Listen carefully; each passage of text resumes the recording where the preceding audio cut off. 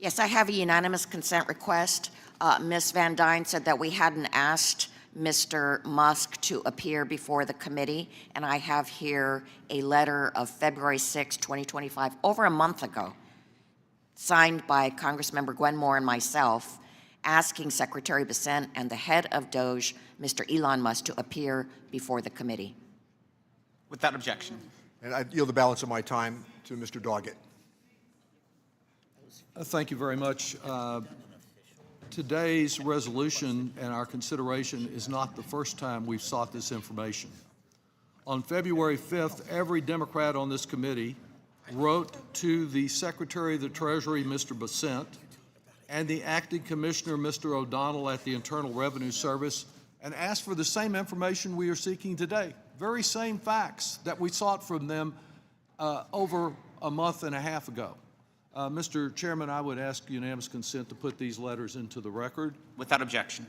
And as Ms. Chu just pointed out, the next day, February the 6th, after a meeting with Speaker Johnson, they affirmed in their letter, Ms. Chu and Ms. Moore, members of this committee, that they were looking forward to having Mr. Musk here and others from DOGE, because we had an oversight committee set for a meeting to explore these matters. We're promised that that witness would appear. And so who came? Several witnesses who, when questioned, indicated they didn't have any facts. They could say that DOGE had done nothing because they knew nothing. And so here we are 6 weeks later.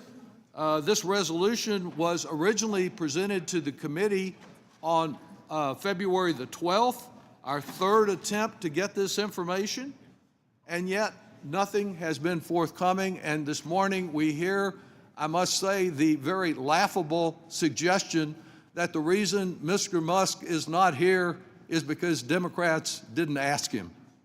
That just doesn't meet a test of the least bit of credibility. It is as incredible as some of the things that President Trump has been telling us, like his false claims, really his lie that people who were of advanced years, 125, 150, 350 years, were getting Social Security, all done to discredit Social Security.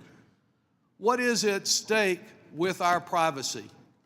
Well, Mr. Schneider pointed out that one of the issues here is the danger of identity theft, a serious danger that many Americans have experienced, the horror of having their identity stolen and finding out they have to undo everything that affects their life because this has happened. And here we have a group of musketeers who couldn't even protect their own website from being hacked, and yet they may have access to extensive private information. The second concern I've raised is about tax payments, that people in my district and across the country are submitting far fewer tax returns than they did last year this time, because many of them are concerned that their data will be exposed. And privacy overall. There was a time that the Republican Party cared about the privacy of individual Americans, thought that government overreach was a problem, opposed to national identification cards and other ways that might be intrusions on Americans. Well, let me tell you what data that Musk and the Musketeers were accessing. Information about every single wage earner in this country and their employer.